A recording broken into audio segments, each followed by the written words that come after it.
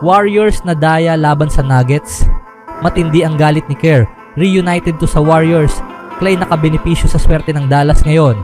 Ngunit bago ang lahat, kung gusto nyo ng matibay na running shoes, new marathon sneaker, mabibili lamang sa halagang 2,100 pesos.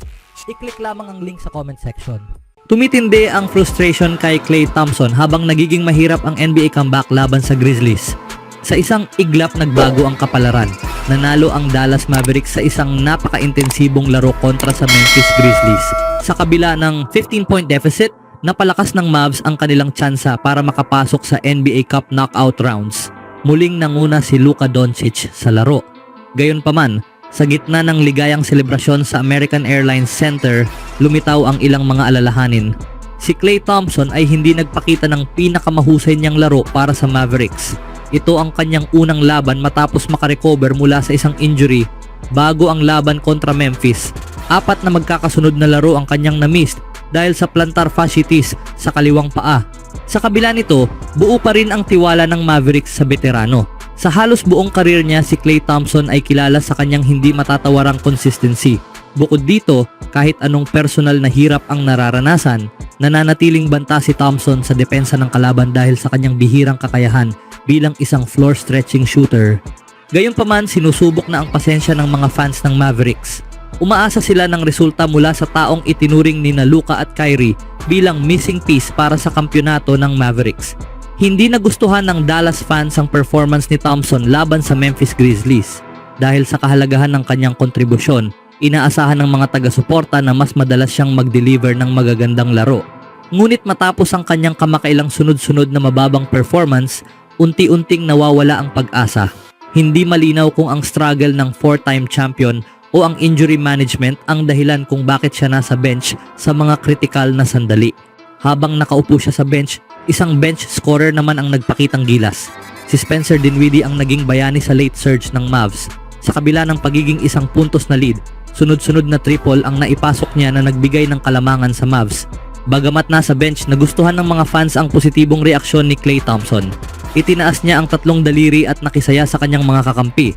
Ngunit may mga nagsasabi na tila may ibang ginagawa siya habang nasa bench. Ang biro ay may pinagmulan noong nasa Warriors pa si Thompson. Sa isa sa mga mahirap na gabi, tinukso niya si Devin Booker gamit ang kanyang championship resume. Ngunit kalaunan, inamin niyang pinagsisisihan ang kanyang ginawa na nag-ugat umano sa sarili niyang frustrations. Para sa Mavericks fans, tila hindi na ito mahalaga sa ngayon. Mula nang umabot sila sa NBA Finals, naniniwala ang kanilang mga taga-suporta na kailangan nila ng maaasahang contributor.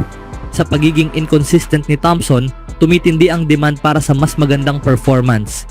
Bagamat nauunawaan ang galit ng mga fans, si Thompson ay nananatiling mahalagang bahagi ng roster. Kung hindi man sa regular season, bit-bit niya ang mas malawak na postseason experience kaysa sa sinumang player ng Mavericks.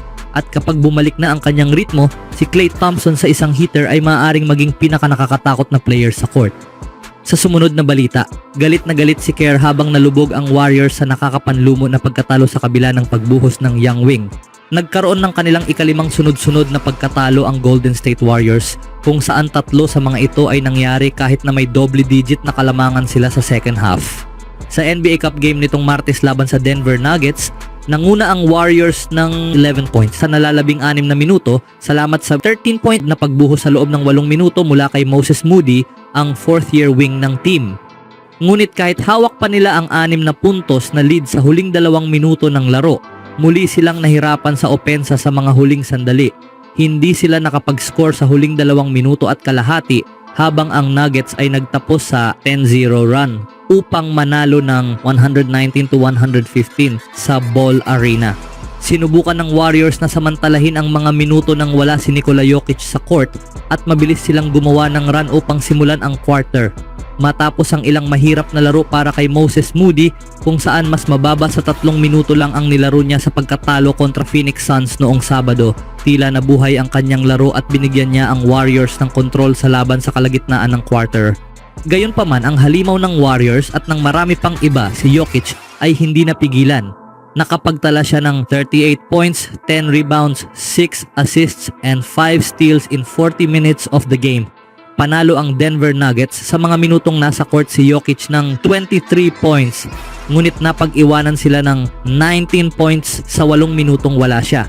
Galit na galit si head coach Steve Kerr matapos ang laro, naniniwalang dapat sanang na-charge ng technical foul ang Nuggets dahil nag-timeout si Christian Braun kahit wala silang timeout. Isang free throw sana ang magbibigay sa Warriors ng tsansa na mag-tie ang laro sa nalalabing 1.9 seconds, ngunit naging jump ball ito at natapos ang laro ng tahimik. Sa kabila nito, may sarili ring kasalanan ang Warriors dahil sa kanilang scoring drought sa huling minuto.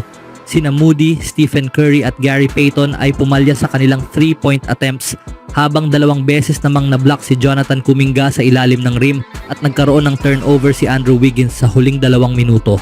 Maganda ang laro ni Kuminga sa first half na pumalit kay Draymond Green sa starting lineup at nagtapos na may 19 points and 4 rebounds from 9 of 18 shooting. Si Brandon Podziemski naman ay mahusay sa kanyang 13 points from 6 of 11 shooting, ngunit nagkaroon ng ilang mahalagang pagkakamali sa fourth quarter habang binabawi ng Denver ang lead. Bagamat pasok pa rin ang Warriors sa NBA Cup quarterfinals, ang pagkatalo ay nangangahulugang kailangan nilang bumiyahe papunta sa Houston upang labanan ang Rockets. Ngunit sa susunod na laban nila, magho-host ang Warriors ng Rockets sa Chase Center sa Huwebes. Speaking of Warriors, dapat bang pag-isipan ng Golden State Warriors ang pagkuha muli ng isang stretch big bago ang deadline ng Pebrero? Malinaw ang pangangailangan ng Golden State Warriors sa center, ngunit kulang din sila ng isang power forward na maaasahang banta mula sa labas ng arc. Hindi kailangang makahanap ang Warriors ng isang sharpshooter na may higit sa 40% shooting from 3-point range na mahusay ding mag-rebound sa ilalim. Ngunit mainam sana kung magkakaroon sila ng isang malaking player na kayang magpanatili ng depensa ng kalaban sa labas, nagbibigay ng mas maraming spacing para kay Stephen Curry. Dahil dito, marapat na tawagan ng Warriors ang Toronto Raptors para kay Chris Boucher, isang 31-year-old forward or center. Si Boucher ay nanalo ng titulo kasama ang Warriors noong 2018 season bago makuha ang kanyang ikalawang singsing kasama ang Raptors sa sumunod na season. Sa taas na 6'9" at payat na pangangatawan, mas bagay si Boucher bilang power forward kaysa center. Gayunpaman, ang kanyang 7'4" wingspan ay bumabawi para sa kanyang depensa. Bukod dito, bagamat hindi gaanong mataas ang kanyang career shooting mula sa downtown, tumitira siya ng 3-point shots bilang bahagi ng opensa, isang bagay na hindi ginagawa ni Trayce Jackson Davis at pabawas ng pabawas sa repertoire ni Draymond Green. Bilang dating G League MVP, si Boucher ay isang kawili-wiling trade target. Maraming contenders na nangangailangan ng size ang maaaring sumubok na kunin siya, kabilang ang New York Knicks. Dapat bang gumawa ng hakbang si Warriors GM Mike Dunleavy Jr. bago maagaw si Boucher ng iba pang koponan? Maaring ito ay isang matalinong desisyon. Ano sa tingin niyo mga kaibigan? On my own, so I gotta get through it. And the only thing I know is to love what I'm doing. Never give up, never slow till I finally prove it. Never listen to the no's, I just wanna keep moving. Keep my head up when I act, head up, that's a fact. Never looking back, I'ma keep myself on track.